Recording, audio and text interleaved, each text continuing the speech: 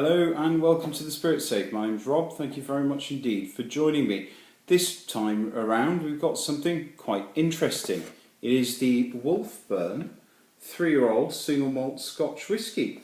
It's Wolfburn distillery. It was an old distillery in Victorian times. It closed. It was reopened 3 or 4 years ago by an independent company. This particular whisky, it's one of the earlier releases. I've had it for about a year on my shelf. I only opened it in the last few months. It is bottled at 46%. It is non-chill filtered and natural colour. And you see the packaging and there's no obvious age statement, so you say, well, maybe it's no age statement. Actually, on the back here, in very small writing, it just has the 3-year age statement at the back. And that's interesting. That's kind of a, it turns the idea of an age statement on its head, because Wolfburn know that the average browsing customer isn't going to be attracted by a big 3 years old right in the middle of the box. And age statements used to be put there by the distillers because they wanted to separate people from their money. They wanted the person who could afford the 18-year-old to buy the 18-year-old, not the 12-year-old. Whereas nowadays it's the customers who want the age statements rather than the producers. So it's just very interesting, and I applaud them for including the small age statement, because new distillery, they're not going to be, they haven't got a name to trade on. So putting a big 3 right in the middle of the packaging, it's going to isolate some of the market. So you have non-chill filtered natural colour. In fact, I don't think they've done a very good job of barrier filtering this at all, because there's actually some sediment in the whisky, kind of barrel fibery stuff, which hasn't been troublesome to me, but if it annoys me towards the bottom of the bottle, then I will just run it through a coffee filter and get rid of it. So Wolfburn, it's from the very north of the Scottish mainland. It's the most northerly distillery on the Scottish mainland, just a little bit further north than Pulteney.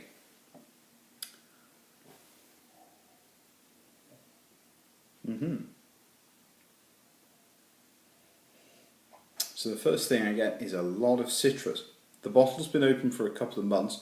When I first opened it, the citrus note was very, very sharp, and it was kind of an artificial citrus nose. So, I hate to say it, but urinal cakes, those hot yellow things that they put in the urinals, that's what it was to start with. It has mellowed tremendously, and now we're dealing with lemon and lime pulp, orange pulp, kind of Orangina, that French soft drink.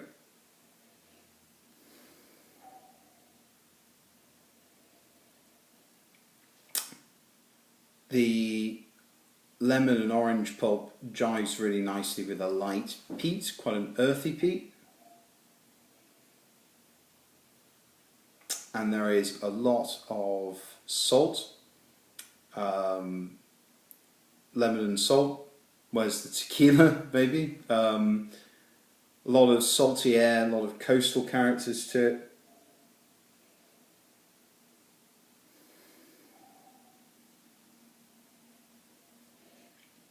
I do get a certain floral hoppiness, kind of a citra hop.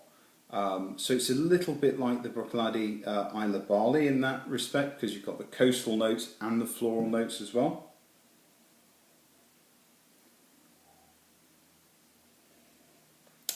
Hint of maybe rosemary and just a sprig of mint. It's not the most pronounced, not the most complex thing on the nose, but it's certainly very interesting. 3-year-old whiskey to have a profile like this, all that citrus, all that little bit of peat, all that coastal note, very, very interesting.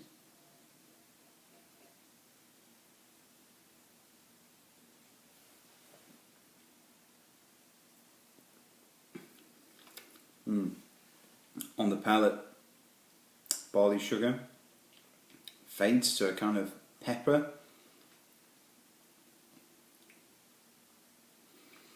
finish, a bit more oaky.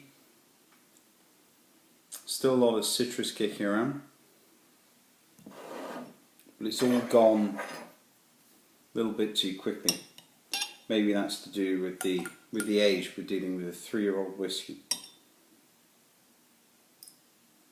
So I'll give it a bit of water. A lot more. I did see quite a lot of oil develop from this.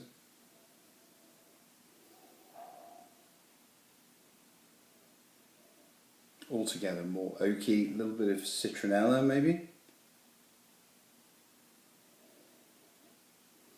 And some smokiness is starting to appear.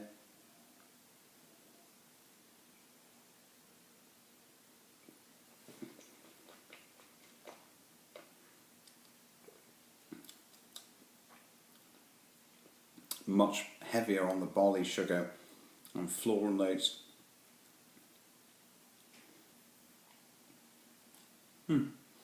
And then slightly bitter, pleasantly bitter in the finish.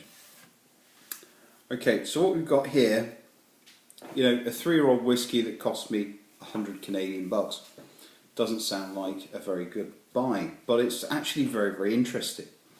You know, a brand new distillery, independent company, good presentation, you know, with the non-chill filtration and natural colour. I'm glad I bought it, and I'm very interested to see what this distillery will do in the future. Would I buy it again? I don't think I would buy the 3-year-old again, but if they brought out a 5-year-old, an 8-year-old, a 12-year-old, I would definitely buy them because I like that coastal character. So who would this suit? The person who likes to try whiskies from many different distilleries, interested in trying many different styles, and for whom maybe 100 Canadian, 60 US, how much it is, isn't that much of a cost, not too expensive. If you're somebody, on the other hand, who only buys a few bottles a year and you need them to be go anywhere type malts that you can just sit open any time and enjoy them, and you know, $100 might be a risk for you. This probably isn't the one to go for, and I would wait a couple of years for some more mature spirit to come out. And in the meantime, try something like an Old Pulteney or a Bruichladdich. But for me, I've enjoyed it. I will follow this distillery, and I'll be very interested to see what they produce in the future. Very nice indeed. Okay, thanks very much everyone. Cheers. Bye-bye.